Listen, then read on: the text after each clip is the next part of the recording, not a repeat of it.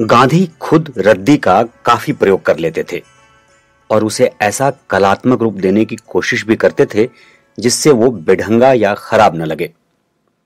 फटे घिसे कंबल को लंदन के राजप्रासाद ले जाने का किस्सा हम पहले से जानते हैं, पर गांधी के सामानों की प्रदर्शनी में इस्तेमाल कागज के दूसरी तरफ का उपयोग करने और घिसी पेंसिल के पीछे रद्दी गत्ता लगाकर उसका आखिर तक उपयोग करने वाली चीज जरूर प्रदर्शित है।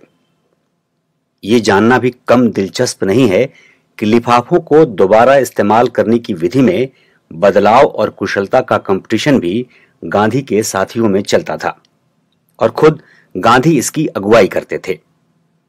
पुराने वस्त्रों के सिलाई यज्ञ की चर्चा पहले हुई है, पर गोंद की जगह लेई लगाने का लाभ भी वे अपने साथियों से साझा करते हैं। सरदार पटेल को वे पुराने लिफाफे के दोबारा इस्तेमाल में सबसे उस्ताद मानते थे।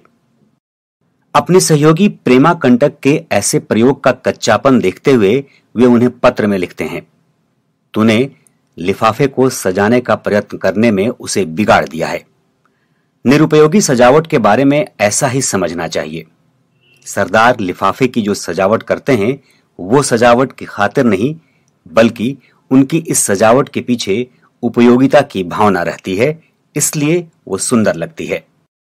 यरवदा जेल के दौर की डायरी ये बताती है कि गांधी इस बात के दीवाने थे कि सरदार किस तरह पुराने लिफाफे काटते, उलटते या उनके लिखे पते वाले हिस्से पर कागज चिपकाते थे। पर इससे भी ज्यादा गांधी का प्रेम ग्रामीण शिल्प और कारीगरी से था।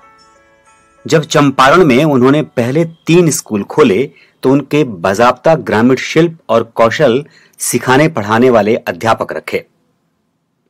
बाकी कार्यकर्ता तो बाहर से आए थे, लेकिन इन कामों के लिए स्थानीय जानकार ही रखे गए जो बुनकरी, लोहारी, बढ़ईगिरी, बागवानी, गोपालन, रस्सी बांटने और टोकरी बुनने जैसे काम सिखाते थे।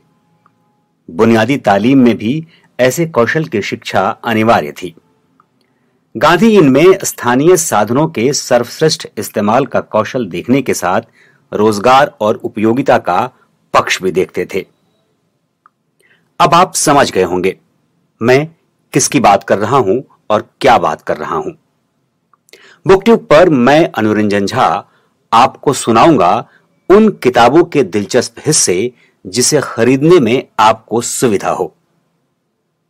ये किताब वरिष्ठ पत्रकार और लेखक, गांधीवादी चिंतक अरविंद मोहन की हाल में प्रकाशित किताब है, जिसका नाम है गांधी और कला।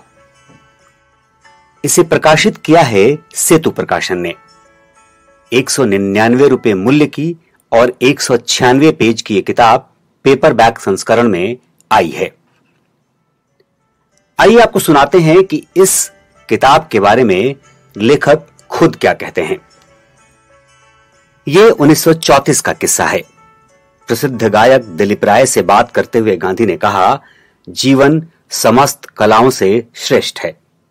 मैं तो मानता हूं कि जो अच्छी तरह जीना जानता है वही सच्चा कलाकार है। उत्तम जीवन की भूमिका के बिना कला किस प्रकार चित्रित की जा सकती है। कला के मूल्य का आधार है जीवन को उन्नत बनाना और जीवन ही कला है। गांधी ने यह भी कहा कि वही काव्य और वही साहित्य चिरंजीवी रहेगा जिसे लोग सुगमता से पा सकेंगे, जिसे वे आसानी से पचा सकेंगे। अपनी प्रस्तावना में अरविंद मोहन लिखते हैं, ये किताब सामान्य लिखाई पढ़ाई वाली नहीं है। ये सिर्फ एक भावना के साथ लिखी गई है और कला और संस्कृति के बारे में ऐसी साफ समझ रखने वाले गांधी की छवि ठीक नहीं बनी है और इस चलते गांधी को समग्रता में समझना मुश्किल है।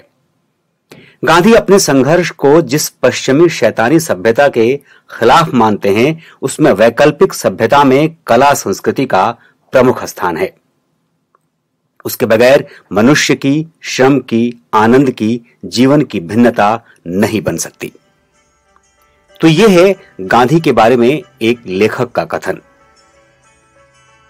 साथ ही अगर आप इस किताब के बारे में और जानना चाहते हैं तो आप लॉगिन करिए www.booktube.in।